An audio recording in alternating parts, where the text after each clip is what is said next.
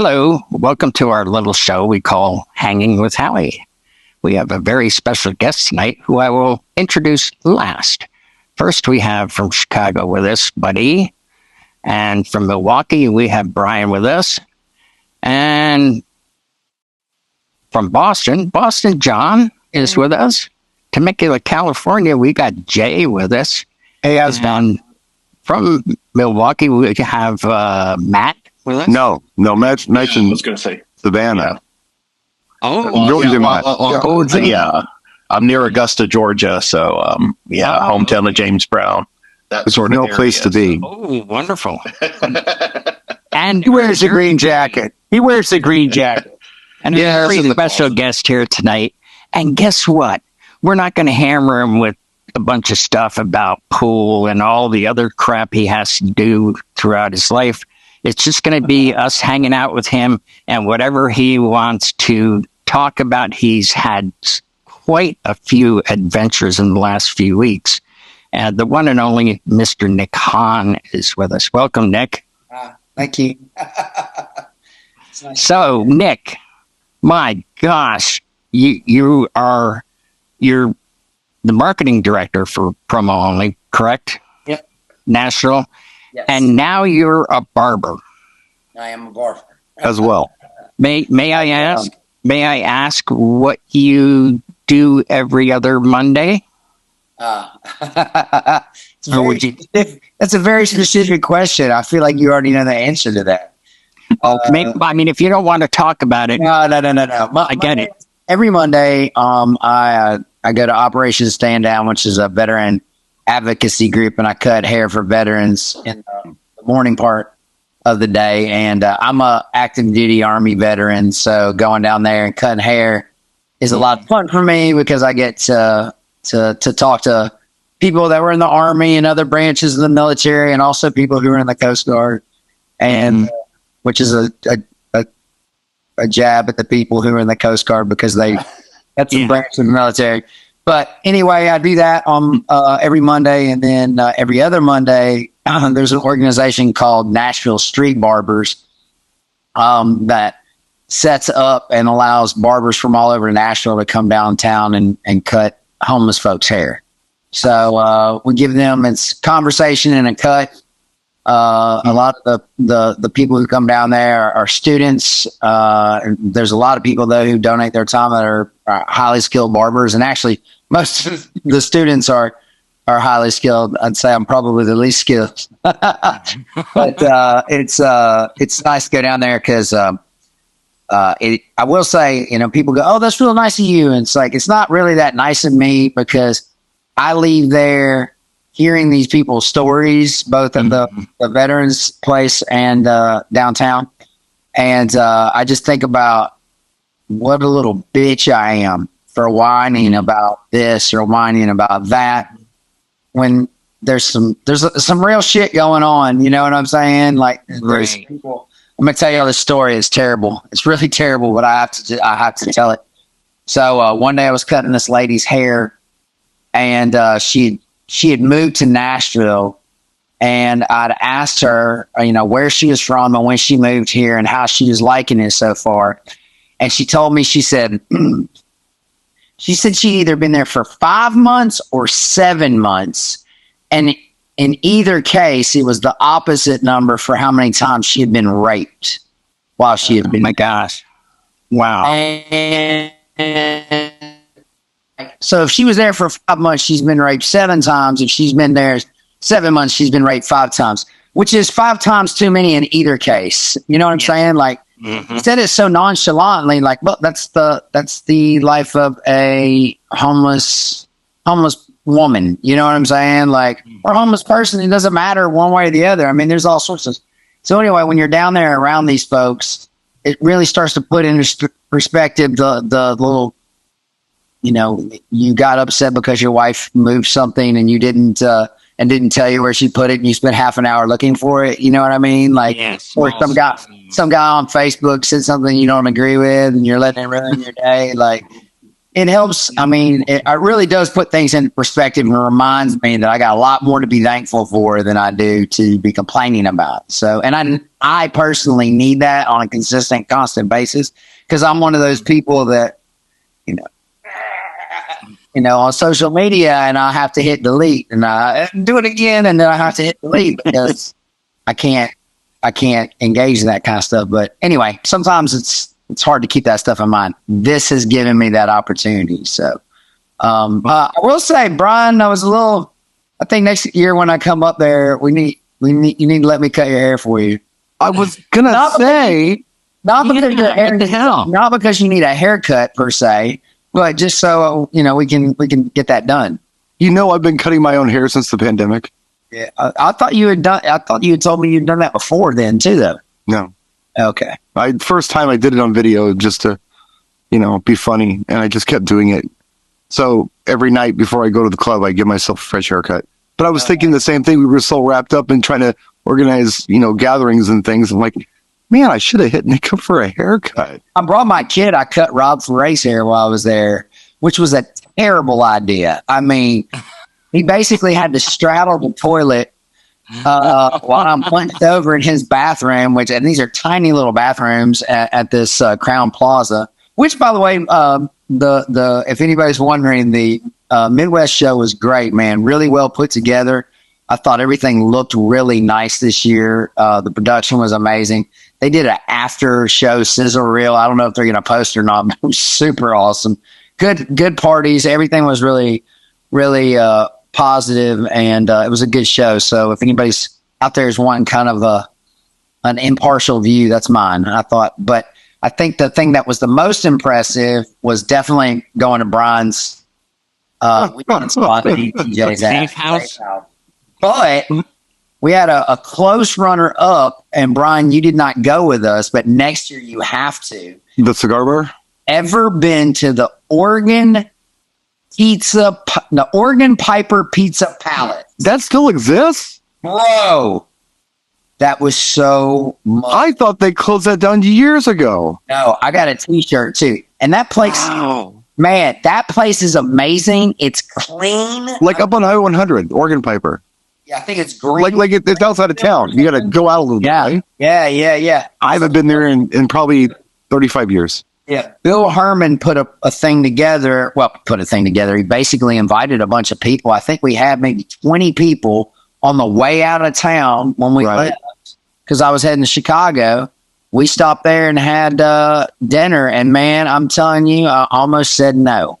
And you know what I think about saying no? You always say yes. Always say yes. Say yes, you're going to have a good time. Right. Now, Brian, tell us what you did to Nick at Safe House. I heard he disappeared and wound up in a different country. Back up and tell him from start. Oh, never mind. Maybe you don't want to tell him from start. No. Before he tells you this part, he gave us a full tour of the spot, and I'd say that if y'all ever go to Milwaukee, definitely take a chance or take a moment to stop in. If for no other reason, just to walk around the spot, but I'll be honest with you, the food was really good. We had the food was good. The service was great. Once we got inside, service was garbage before we got inside, complete garbage. Passed that along. And then, I think that's the point. And, but man, he showed us all this. You should definitely ask him to take you on the tour, because I feel like if we had just been there and asked the server, I don't think they would have given us as in-depth of this is that. I think you could probably go there 15 times and discover something new each time. Something neat. Yeah. I'm kind of the OG there, so I don't think anybody else doesn't even knows what half that stuff is. A lot of people there just work there, from back in the old days. There's a puzzle wall.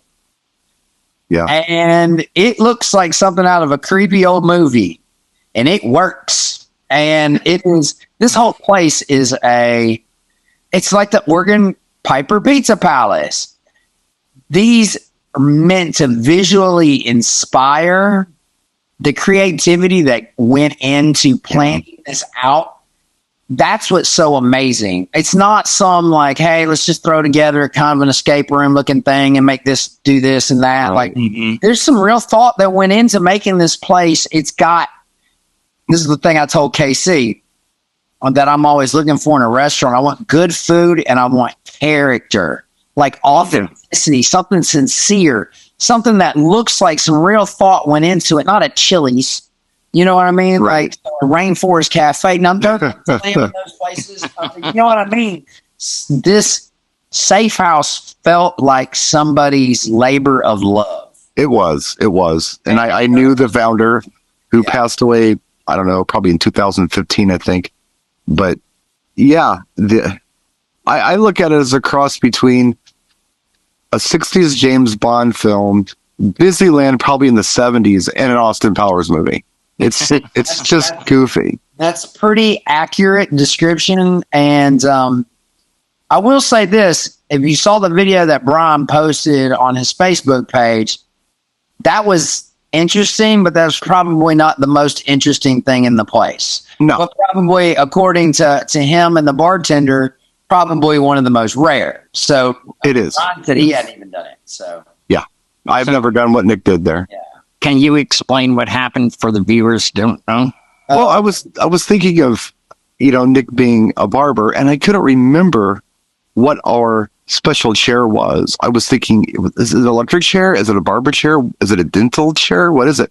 Turns out it's from like some military aircraft. It's a airplane chair, like a cockpit chair or something from a military aircraft. I didn't know though, but that's what got me thinking. Nick needs to go into the chair, which we call it the chair. And there's a whole thing they call Hail to the... Pardon? For the people who haven't seen the video, you got to tell them where the chair was. Right. It's basically, picture this.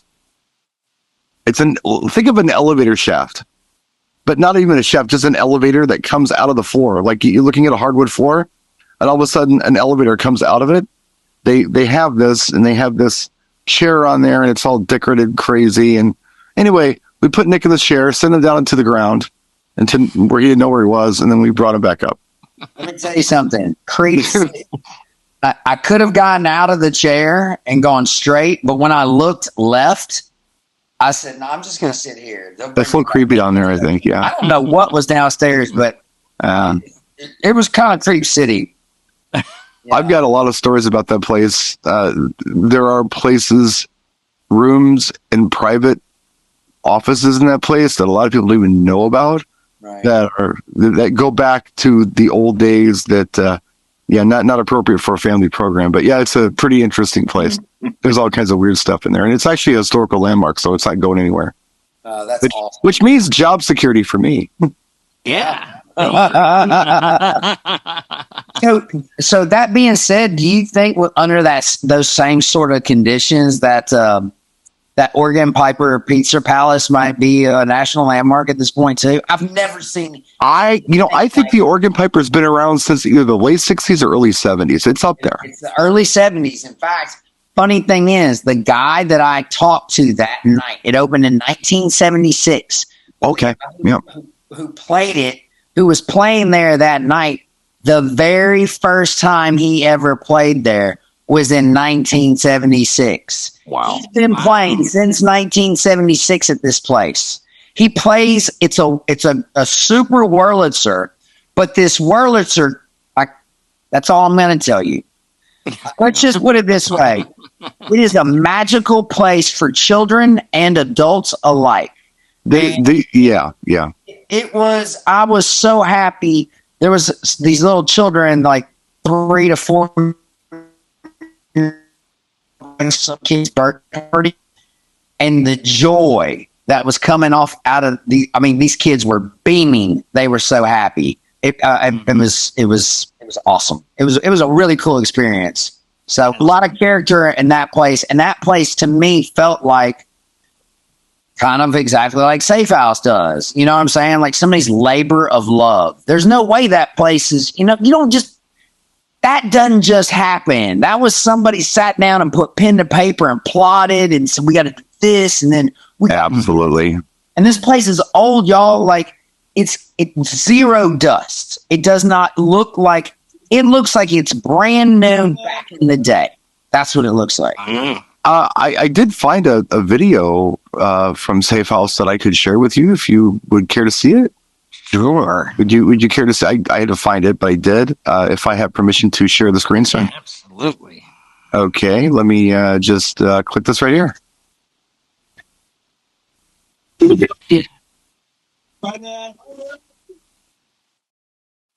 Oh, down it goes. The thing of it is, it actually disappears. It's like, Yeah, it goes away. it looks, it's a perfect fit. The fit and finish is amazing on that. It's one of those places where, we were talking the other night about some of the gags, and we were talking about, maybe incorporating some other ones. And they're like, well, I don't think insurance would let us get away with that. I'm like, do you really think insurance today would let us get away with any of this stuff? We're grandfathered in or something. I mean, I've never heard anybody get hurt there, but man, you could get hurt. You get hurt there. You get hurt there if you're not careful. And you don't want that chair coming up with someone standing on the top shelf. And You got to kind of stand around it, and I don't know. It's a very, very interesting place, and I want to invite anybody to come down who's in town. Reach out to me. Be happy to show you around, take you down there, get you in a VIP booth. All on a weekend that I'm working. Happy to do it. Absolutely. It's a lot of fun. Check out Nick, you have been across the pond, I hear. Oh yeah, I just went with the show before the show productions for Lucasfilms, and we did DJ Star Wars Celebration. So yes, the beginning of April. I can't remember the dates, but Did you actually DJ there then? yeah. About 3 to 4 hours a morning. Like, it was awesome. Actually, we're heading to the UK on Wednesday. My wife and I are taking a trip to Iceland and Norway for 19 days. Wow. 19 days. Wow. That's a long time for me to be away from my house. I don't know if I'm going to make it. Where was Star Wars Celebration held in England? What city? It was in London. Okay. At the Excel Exhibition Center. Okay, nice. It was, bro. It's the second time I've DJ'd the Star Wars Celebration. Last year was in Anaheim, and it's awesome to see all these people are super happy to be there. Hey, speaking of your wife, Britt, I just purchased her new hit single, Used to This. So I didn't know that. Used to This. And what I like about it is I bought it right from her, as opposed to all the money going to some big corporation type thing. So I highly recommend you support artists like that. And it's a really good song. Thank you. I appreciate that, Howie. Yeah. Next time you take a Coke out of the fridge. To get that, Sorry, Brian. What'd you say, Ron? I said, next time you take a Coke out of the fridge, just remember, it was courtesy of Howie Darkstar. Matt was asking where he can go to. Coke. You started with me. Right. Thank you. Do you have a link that you could put in the chat there, Nick? Yeah, I'll put a Spotify link over here. Right on. And then you can actually. I will say this: it is a really good song. My wife writes great songs, but I think that this song for me is something that I really wish that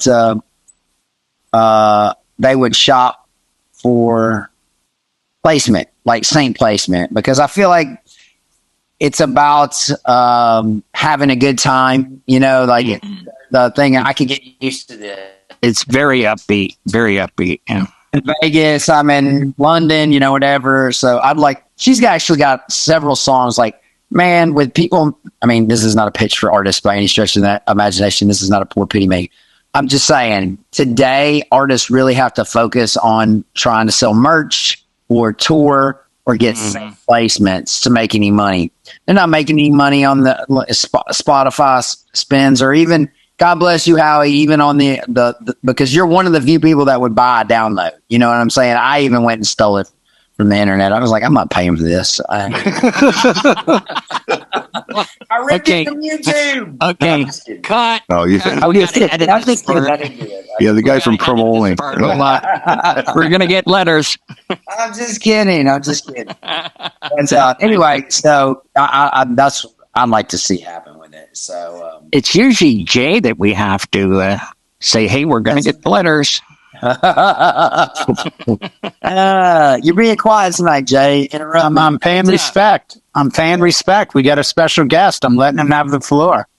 Yeah, I go back 19 years with Nick. I've known Nick since 2004. Like 19. Is it? It might be 20. I don't know. Yeah, it might be 20 this year. Yeah. Nick hired me to work for Pioneer DJ. Yeah. And So one of the smartest things I did while I was there, I'd say. still alive and kicking. Okay. No. Man, awesome. talk about a testament to some to patience and perseverance. Jay Brandon, folks. I mean, listen, like I love Pioneer to death. Great people that work there, good people to work for. But like any other corporation, there's a lot of red tape and people who don't understand projects and seeing them through. It's like a bar owner who says, "Yeah, I'll bring you in for a night. We'll see how you do." It's like I put together an entire concept for a night. You got to give me more than one night. I need like 2 months. You know what I mean? We got to get people to come in here and they got to know this is happening again. Like this isn't. I'm not just going to come in and play open format music. You know what I'm saying? Yeah. You trying to demonstrate that value. So anyway, but yeah, that's pretty amazing, dude. You need to. If it is 19 years, that means next year's year 20. They need to do something for you. A nice little plaque wouldn't hurt.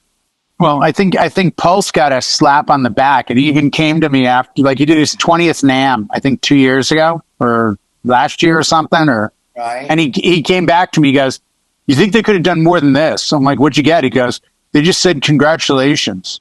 I'm like, "What'd you think they were going to do? A pair of gold headphones?" And, I'll tell you what.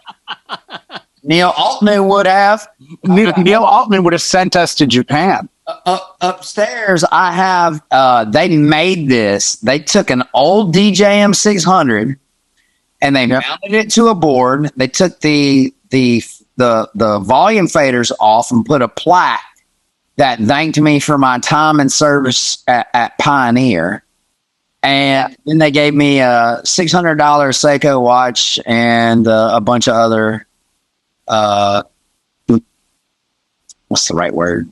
Meaningful and thoughtful gifts that Tokens of appreciation. that were personal, like, hey, you remember this, little nods and winks. And I still have every single one of them. And I will say this, when Neil Altman and King Cancer and Dave Davis, John Cormican, Carl was there, those were the best days. Those are the days that I missed the most. That's when it felt like family. Of course, it was. And then I bounced. But I said, man, I don't want this family. I'm going to get another family. And I got a better family at Promo Only.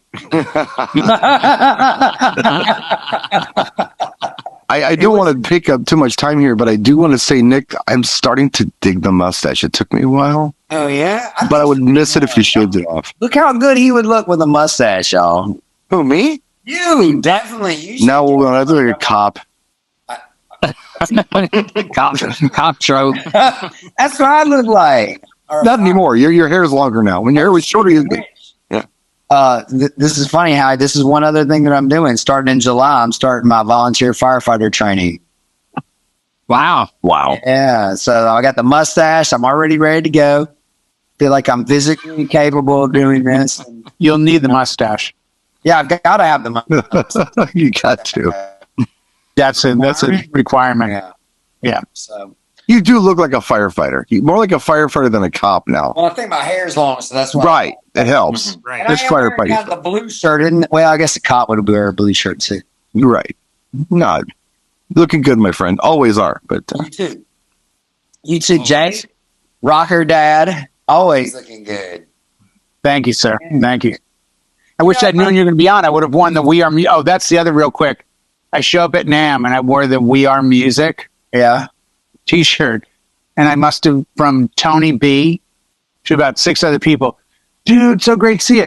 You're with Promo Only now? I'm like, no, it's a t-shirt. A t-shirt.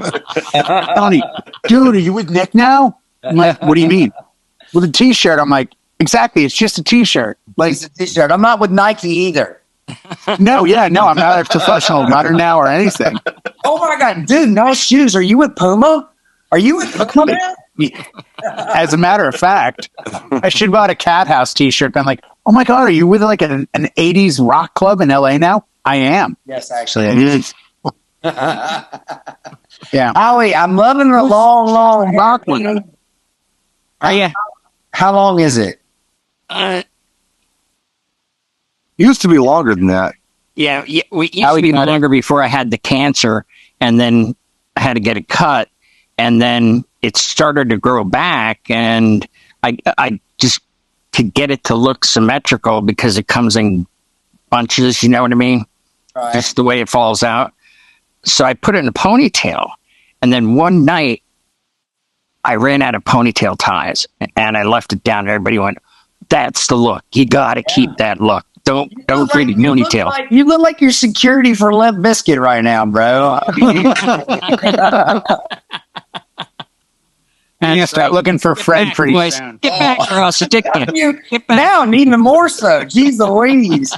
Yeah. He's got the Love's truck stop belt buckle too. Don't kid yourself. That's right. Yeah. Yeah.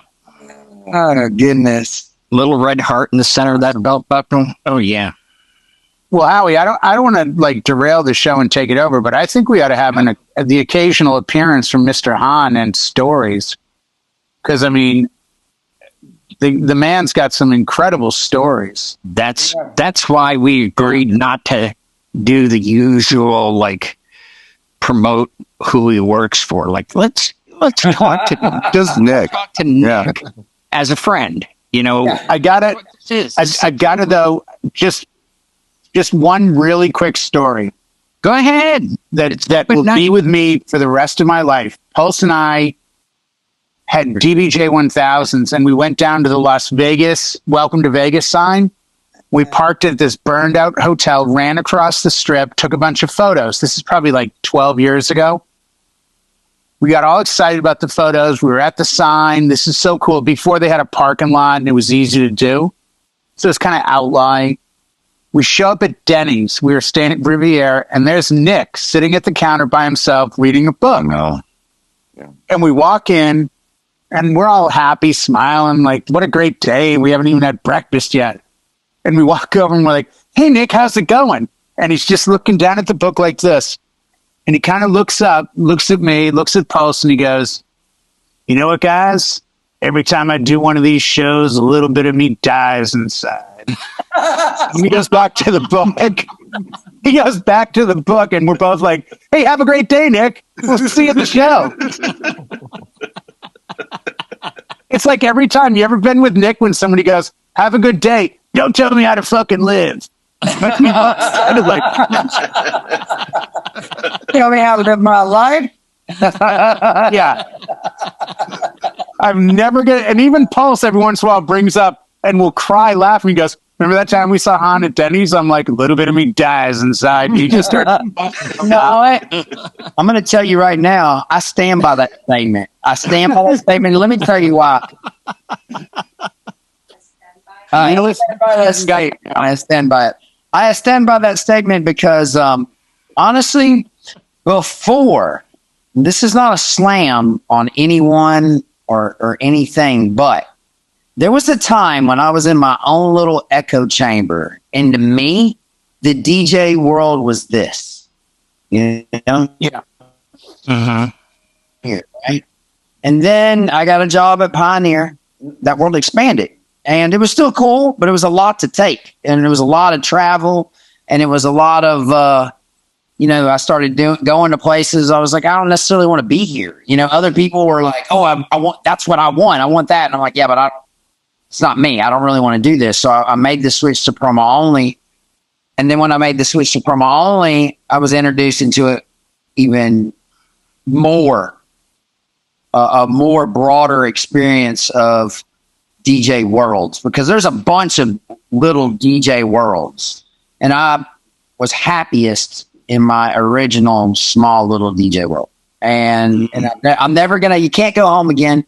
Yeah, that's what it'll be, and that's why I tell people, like, when I do meet folks who are trying to pursue a particular dream, I try to remind them the best part of your dream is trying to achieve it. It is not achieving it.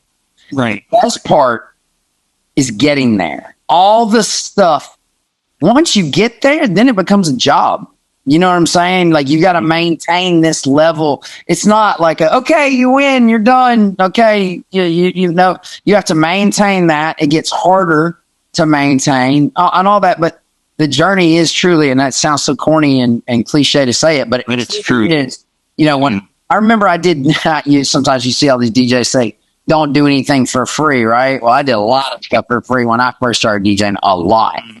And one of my favorite nights is I did 3 different raves in 2 different states, didn't get paid any money, and probably brought 40 people with me to each party.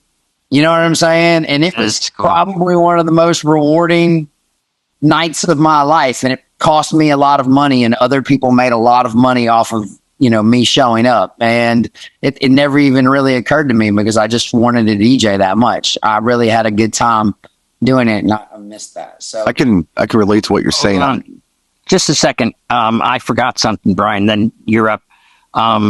This show is being brought to you by DJ Event Planner. That's www.djeventplanner.com. That keeps us on the air, and they're a longtime sponsor. So there you go.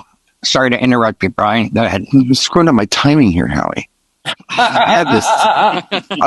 It was relevant. It was topical, and we had to stop for DJ Event Planner. Oh, come on. No. Well, you should have planned that on DJ Event Planner. We do. I screwed Thank up you, DJ Event Planner. Well, Troy's a good guy. I think he'll all I was going to say is I can relate to what you're saying. I can remember being the young DJ, doing clubs and things in my teens even, and then finally getting this gig at this downtown club and working there for years, and then leaving on to bigger and better things. Right. Mm-hmm. And then recently going back to that club. And it's weird and it's cool. And I didn't know how good I had it when I was a kid working there. Yeah. You know, I had no idea how much fun it was. I was too preoccupied with thinking about what I could do, this rock star dream. And I've kind of done it. I've been out, I've traveled, I've done things. Now it's like full circle, and I'm back, and it's wonderful. Yeah, so don't take that for granted, like Nick says. Right. You just got to love what you do, or else it's not worth doing. Yeah. Well, See, the trip is the destination, 100%. But if you don't love every step of the journey, don't do it. Oh, yeah, because the likelihood of you making it, Right, is pretty slim. Not for lack of skill or lack of effort. Sometimes, man, you just need. I mean, I think everybody can agree that luck. You know, it's a numbers game. It's a stupid numbers game. Yeah, luck doesn't hurt. I mean, there's plenty of people out there, you know, better than a lot of the celebrity DJs that you see on a regular basis. That, you know, play clubs for $100 a week. So, and that's not a slam on anybody. That's just a fact of life. And anyway, I definitely, you know, I look forward to, you know, Star Wars is a great way for me to get back to doing what I love, because I didn't get into DJing to make people dance. I didn't want people to have these magic moments. I wanted people to ask me, what's the name of that song? Yeah. That's why I got into DJing. Dig it.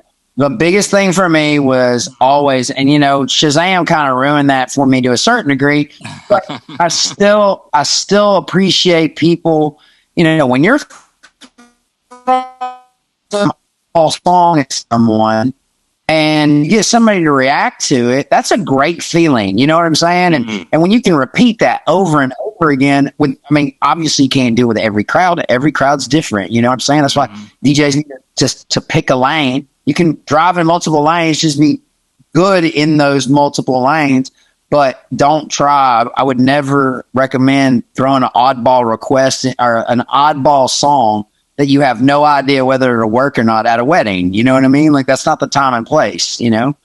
Well, for most weddings. There's probably some exceptions there. Hey, Nick, what does a set at Star Wars Celebration sound like when you're playing? Well, the first thing it doesn't sound like is heavy EDM at all. So I did play a little bit of dance, but I'd say, I played Phantogram. I played Michael Jackson. I played The Cure and Depeche Mode, and I played Meghan Trainor and my wife Britt Daly. I'll say this: the coolest thing was I had a full, because I was DJing the Q Line this year, and the Q Line was this giant. You could have probably put 5 Walmart Supercenters inside this hangar. That's how many people were in there. And I played PYT by Michael Jackson. And when it got to the na na na na, when it came on, I didn't drop the volume, but I heard everybody going na na na na. Nice. I was like, oh shit. I was like, man. So I'd say Prince and Michael Jackson were the biggest songs that I played. James Brown had a moment. I played The Payback. And the funny thing is you got and I guess the really cool thing about Star Wars is you got ages 2 to 90 there. Mm-hmm. So as long as it's family friendly, right? It can work. You know, I mean, you also have to remember, it's 7 o'clock in the morning. You know what I mean? Like, I mean, people are excited to be there, but you got to play something. You know, I'm not saying put them back to sleep either. You know, I'm not necessarily dropping PM Dawn, which would be okay, but kind of, a little too chill for 7 in the morning. Gotta have a little bit of upbeat. You know what I'm saying? Like, right. And so, it just gave me and that's why Elliot Hansen is the guy that brings me out, and he's got a company that services Disney. It's called Elite Beats, but this is his other company called The Show Before the Show, and they do all the Comic-Cons and Star Trek conventions and everything. And Elliot, he wants people there that can connect with the crowd, and mainly he wants us to do that through our personalities, but also through the music that we choose, and he's given me a lot of opportunity by doing that in the first place. I'm forever thankful. I really enjoyed doing it. I'm an inner geek. I collect comic books. I collect music. I watch pretty much any Marvel or Star Wars or DC or knockoff stuff. So it's a big deal for me. And I would recommend, if anybody has a chance to do a local Comic-Con, do it. They're fun. Everybody's having a blast. Everybody's having a good time. They're there to party. There was something called Gen Con here in Milwaukee, which I guess is kind of like Comic-Con. Right. And it was annually in the 90s. And that was the big week at Safe House when I was working there when I was young. And we got all kinds in there. That's when we saw people like Mark Hamill walking in the door, requesting Tone Loc's Wild Thing. Who sat in your chair, by the way? Mark Hamill went up in your chair. What? Yes. Yeah. Luke Skywalker was in your chair. So you are among giants in that chair. Oh, that's cool. Yeah, I mean, I would imagine that Safe House is one of those spots that attract. I mean, I can only imagine how many like famous people have been there, just in general. Like, a lot. I mean, that place had more character in the front room than the Jeffrey Dahmer bar that we. And the Jeffrey Dahmer bar, I think it's called Stacks. Is that what it was? That wasn't the Jeffrey. I showed you where the Jeffrey Dahmer bar. No, but they call themselves. They sell this merch, and they've got a ghost tour in there, whatever. So whenever you go, if you go, not the Jeffrey Dahmer bar. No, I went in Star Wars. Rich Lane took me there. It was a good. Listen, great cigars. The food was good. Yeah, nice bar. Really nice bar. It's a cool place. It was a nice place, and it had character. It did have character. It was not but it didn't have anything like, you got the major leagues up here, and then you've got AAA. Now, AAA is still great. In fact, all these people here used to play in AAA, and they go back and forth in between. But this is really next level, and that's where Safe House was. Safe House was major league. Yeah, the Comic-Con people would just flood the place. And I told a story recently where I was playing back in the old days, Time Lords, Doctor the TARDIS, and that was like a huge song. And the Time Lords became the KLF, and they had a thing for a while where they were going to delete their entire catalog until world peace was achieved, so you could no longer buy their music. So I had a 12-inch of Doctor the TARDIS, and one of the guys there said, "I'll buy it off you." And I'm like, "Dude, it's not for sale." He's like, "I'll give you $100 for it." I'm like, "Sold." I handed it to him. but I had just been crate digging up the road the week before, and I saw a copy of it for $5 used that was in better shape than the one we had. So I bought that for $5 and I made $95. That was my big hero story from Comic-Con. That's awesome. All right. Hey, we're getting to that time. Does anybody have anything else they would like to share or ask Nick before we put a fork in this? Alrighty, with that, hey folks, we're going to say good night, and thank you so much, Nick, for taking the time out. Thank you all for being here on the panel.